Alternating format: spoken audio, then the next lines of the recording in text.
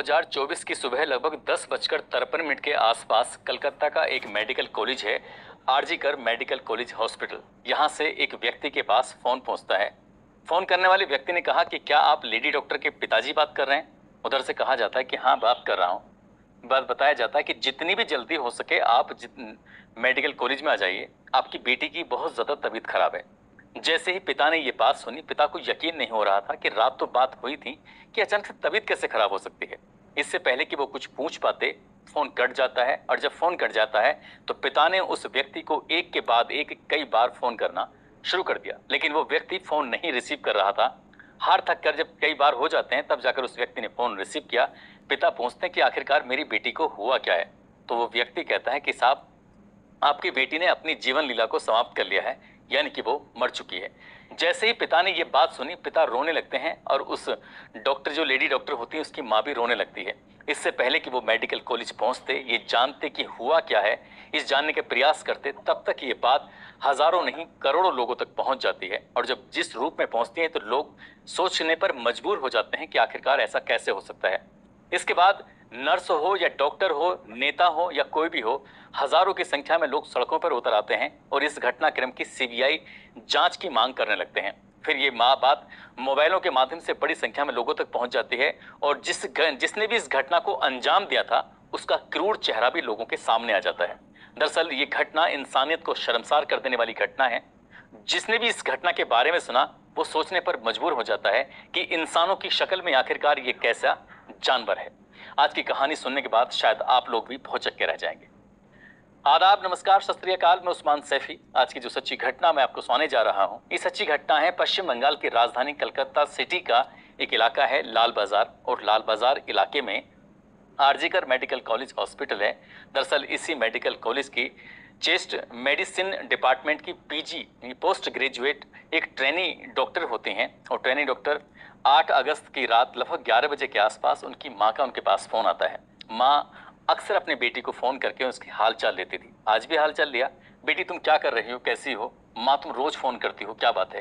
तो पूछती है, नहीं वैसे ये पूछ रही थी बेटा तुमने खाना खाया नहीं खाया? बेटी हंसकर जवाब देते हैं कि अभी खाना नहीं खाया, अभी खाने खाने का टाइम नहीं हुआ है, टाइम हुआ है राउंड पे जाने का, यानी कि मुझे मरीजों को देखने के लिए जाना है और मैं फोन रखती हूँ। जैसे ही मुस्कुराते हुए बेटी ने फोन रखा, माँ को तसल्ली हो जाती है कि बेटी उसकी ठीक है। बेटी अब राउंड पे निकल जाती है, यानी कि वो लेडी डॉक्टर है, ट्रेनिंग ले रहे हैं यहाँ पर, और पोस्ट ग्रेजुएट की वो छात्रा हैं। और उसके बाद फिर वो जगह जगह जाकर जो मरीज हैं, मरीज से मिलते हैं, उन्हें जिसको दवा देनी है, जिसको इंजेक्शन लगाना है, जो भी कुछ करना होता है एक डॉक्टर की जिम्मेदारी होती है, वो सारी जिम्मेदारी निभाती हैं। उसके बाद कब रात के 2 बज जाते हैं पता ही नहीं चलता। भूख का टाइम हो रहा था, अपने जूनियर से बातचीत करते हैं कि तुम लोगों ने खाना खाया कि नहीं खाया? तो जूनियर कहते हैं कि जी हाँ, खाना अभी तो नहीं खाया है, साथ खाते हैं। अब वो लेडी डॉक्टर अपने जूनियर, जो 2 जूनियर होते हैं, उनके साथ बैठकर इत्मीनान से हंसते हुए मुस्कुराते हुए खाना खाती हैं, और खाना खाने के बाद कहती हैं कि मुझे थोड़ी सी थकन सी हो रही है, मैं आराम करने के लिए जा रही हूँ। यानी कि 4थी मंजिल पर सेमिनार हॉल है, वो लेडी डॉक्टर वहां पर आराम करने के लिए चली जाती हैं। और उसके बाद फिर अगला दिन निकलता है, यानी कि अब 9 अगस्त 2024 की सुबह लगभग 6 बजे के आसपास कुछ लोगों की नजर पड़ती है महिला डॉक्टर के ऊपर। महिला डॉक्टर को जिस हालत में देखा जाता है कोई देख नहीं पा रहा था। दरअसल उनका जो शरीर था वो अर्धनग्न अवस्था में था। अब सर से लेके पैर तक ऐसा कोई हिस्सा नहीं था जहां पर चोट के निशान नहीं थे। ऐसा लग रहा था जैसे किसी ने अलग अलग हिस्सों को बहुत बुरी तरह से काटा है, उनमें नुकसान पहुंचाने की कोशिश की गई है। आंख हो, मुंह हो या प्राइवेट पार्ट, वहां से ब्लड बह रहा है। साथ ही जो उनकी गर्दन है, उसकी गर्दन की हड्डी टूट चुकी है। अब ये बात घर वालों को सूचना दी जाती है, लेकिन दूसरे रूप में दी जाती है कि तुम्हारी बेटी पहले बीमार है। उसके बाद घर वाले परेशान हो जाते हैं, तो फिर उनसे बताया जाता है कि तुम्हारी बेटी की ने अपनी जीवन लीला को समाप्त कर लिया, यानी कि वो मर चुकी है। लेकिन घर वालों को यकीन नहीं हो रहा था कि रात तो 11 बजे बातचीत हुई थी, आखिरकार वो बेटी कैसे मर सकती है। अब ये बात हॉस्पिटल से डॉक्टर के पास पहुंचती है, नर्स के पास पहुंचती है। जैसे जैसे ये घटना की बात लोगों तक पहुंच रही थी, लोगों में उबाल फैलने लगता है, गुस्सा आने लगता है। अब उसके बाद डॉक्टर हो या नर्स हो, सब ये धरना प्रदर्शन शुरू कर देते हैं। बात बीजेपी के नेताओं तक पहुंचती है, तो बीजेपी के नेता भी सड़क पर उतर आते हैं, कहते हैं कि इस मामले को दबाने का प्रयास किया गया था। कहीं ना कहीं पुलिस की जो भूमिका वो सही नहीं है, मेडिकल प्रशासन की भूमिका वो सही नहीं है, और इस तरह से इस मामले को दबाने का, यानी कि सरकार पर भी उंगली उठाई जाती है। ममता बनर्जी की सरकार चल रही है, उन पर भी उंगली उठाई जाती है कि इस मामले को दबाने का प्रयास किया गया था, इसकी सीबीआई जांच होनी चाहिए। अब इस पुलिस ने आनन फाने नहीं घर वालों को बुलवाया। पिता ने अपनी बेटी को जो अर्धनग्न अवस्था में देखा तो पिता रो रो कर उनका बुरा हाल हो जाता है। बस अब हर किसी की जुबान पर एक ही बात है कि आखिरकार लेडी डॉक्टर जिसका इतना अच्छा स्वभाव है, 31 साल की जिसकी उम्र है, सभी के साथ इतने प्रिय स्वभाव के साथ वो बात करती हैं, मदद करती हैं, आखिरकार उनको कौन इस तरह से मारेगा, कौन इनका बलात्कार करेगा, कौन इनके शरीर के हर एक हिस्से को अपनी दांतों से काटेगा, कौन इसकी गर्दन की हड्डी तोड़ेगा, कौन हो सकता है वो दरिंदा। हर किसी की जुबान पर एक ही सवाल था। पुलिस ने लाश को कब्जे में लिया, पोस्टमार्टम के लिए भेजा। पोस्टमार्टम के बाद रिपोर्ट आती है। अब ये रिपोर्ट, इस कहानी जब सोशल मीडिया के माध्यम से लोगों में वायरल होती है तो लोगों में उबाल हो फैल जाता है।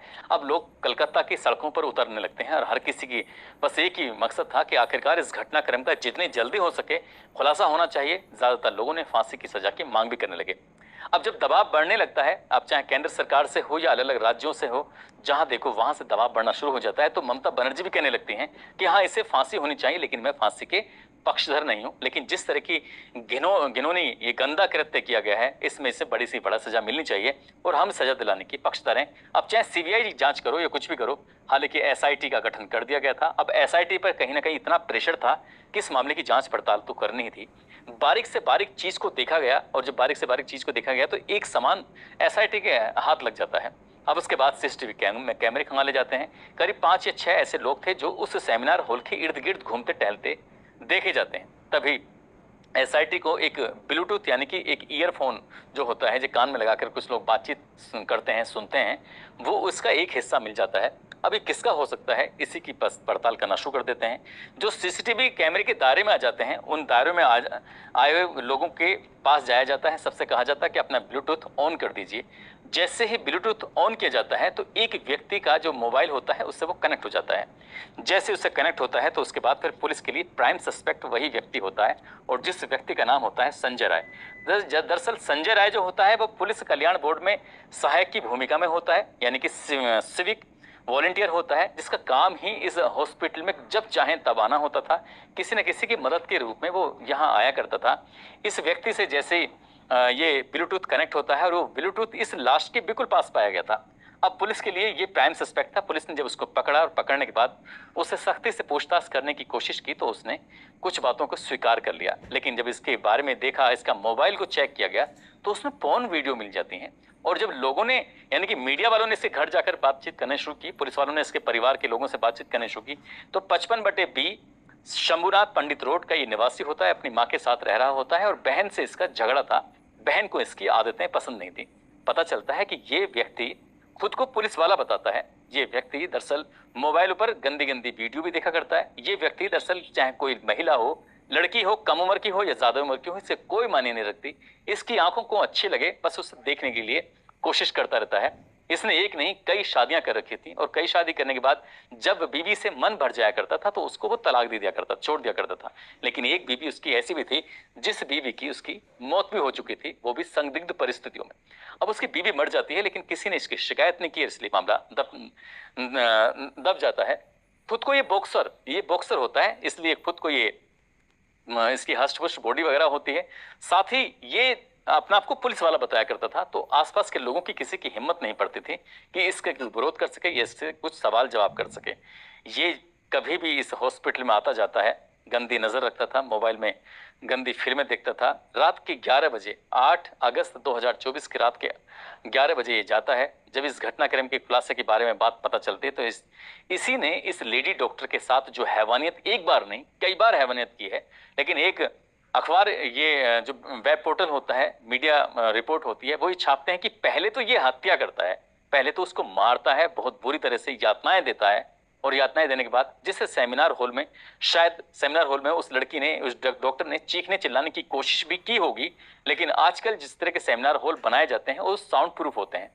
उस महिला ने चिल्लाने की कोशिश की होगी, अपील की होगी बचाने की, लेकिन वो आवाजें उस सेमिनार हॉल से बाहर जा ही नहीं पा रही होंगी, जिसकी वजह से किसी को पता ही नहीं चल पाया। और वो उसके साथ वो गंदे पे गंदा काम करता चला जाता है। उसके होठों को काटता है, उसके शरीर के हिस्सों को काटता है, चाहे वो सर से लेके पैर तक अलग अलग हिस्सों को काट कर उन्हें नुकसान पहुंचाने की कोशिश कर रहा था। जब थक जाता है तो गला घोंट कर उसकी हत्या कर देता है। मीडिया रिपोर्ट ये भी कहती है कि पहले उसने उसको मारा, फिर उसके बाद उसने उसके साथ रेप किया था। एक बार नहीं कई बार किया था। हालांकि पुलिस ने इसके खिलाफ भारतीय न्याय संहिता की धारा 64 जो कि दुष्कर्म की धारा लगती है, और भारतीय न्याय संहिता की धारा 103 जो कि हत्या के लिए धारा लगती है। पुलिस ने इन धाराओं में मुकदमा उसके खिलाफ दर्ज कर लिया है। साथ ही कहीं और साथी तो उसके साथ नहीं थे, उनकी भी पड़ताल की जा रही है, और मेडिकल रिपोर्ट जब आएगी, पोस्टमार्टम रिपोर्ट जो आएगी, उसके आधार पर और कितने लोग इसमें शामिल थे, कितने नहीं थे, हर एक छोटे से छोटे पहलू की जांच की जा रही है। इस व्यक्ति को जब कोर्ट में पेश किया जाता है तो कोर्ट में 23 अगस्त तक इसको पुलिस के रिमांड पर भेज दिया जाता है कि आखिरकार इसने किस तरह से घटनाक्रम को अंजाम दिया था। बताया जाता है कि ये शराब पीने का भी आदी है, और उस रात, जिस रात ये मेडिकल में आता है, उस रात भी इसने शराब पी हुई थी, और मेडिकल में कहीं भी घूमने की इसको इसलिए परमिशन थी क्योंकि ये पुलिस कल्याण बोर्ड में सहायक की भूमिका, यानी कि सिर्फ वॉलेंटियर की ग्रुप में भूमिका में था, इसलिए कोई रोक नहीं टोक नहीं। और इसने जिस तरह की घटना को अंजाम दिया है, उस घटना की गूंज करोड़ों मोबाइलों के माध्यम से करोड़ों लोगों तक पहुंच जाती है कि एक लेडी डॉक्टर के साथ उस व्यक्ति ने किस तरह का घिनौना कृत्य किया है। दरअसल दोस्तों, इस पूरे घटनाक्रम को सुनाने का उद्देश्य किसी को परेशान करना नहीं है, किसी का दिल दुखाना नहीं है, बल्कि आपको जागरूक करना है, आपको सचेत करना है कि किसी पर भी एकदम से भरोसा ना किया जाए। और जिस तरह से इस व्यक्ति के चाल चलन अच्छा नहीं था, तो कम से कम किसी को तो पुलिस को बताना चाहिए था, और कम से कम जो मेडिकल प्रशासन है, ये हॉस्पिटल है, उसकी भी जिम्मेदारी बनती थी कि अपने डॉक्टरों के प्रति इस तरह से लापरवाही बिल्कुल भी नहीं होनी चाहिए थी। और ये जितने भी देश में मेडिकल कॉलेज हैं या और ऐसी जगह पर हैं जहां पर महिलाएं रात में काम करती हैं, उनकी सुरक्षा को लेकर कड़े इंतजाम होने चाहिए। अगर काश कड़े सुरक्षा के इंतजाम होते तो शायद ये इस लेडी डॉक्टर की कतई हत्या नहीं होती, और इतनी निर्मम तरीके से इतनी यातनाएं देने के बाद तो बिल्कुल भी नहीं होती। इसलिए उनकी जिम्मेदारी बनती है, खासकर महिलाओं की सुरक्षा की जिम्मेदारी बनती है। जाते जाते ये इलाहाबाद के रहने वाले हैं प्रभात पटेल, साथ ही यूसुफ खान है, पूजा कवि शर्मा है, मिट्ठू कुमार, मोहम्मद मुजाहिद आलम है, नदीम शेख, रेखा चौहान, जुबैर खान, अखिलेश कुमार, इमामुद्दीन सलमानी, राजवीर सिंह, श्रवण कुमार, खुर्शीद खान, सुरेंद्र कुशवाहा, किशन वर्मा, गौतम यादव, रविंद्र निषाद, राजन चौहान, मोहम्मद नौशाद, ठाकुर विवेक सिंह, मोनू बघेल, रामू यादव। आप सब लोग अपना ख्याल रखें, सुरक्षित रहें। जय हिंद, जय भारत।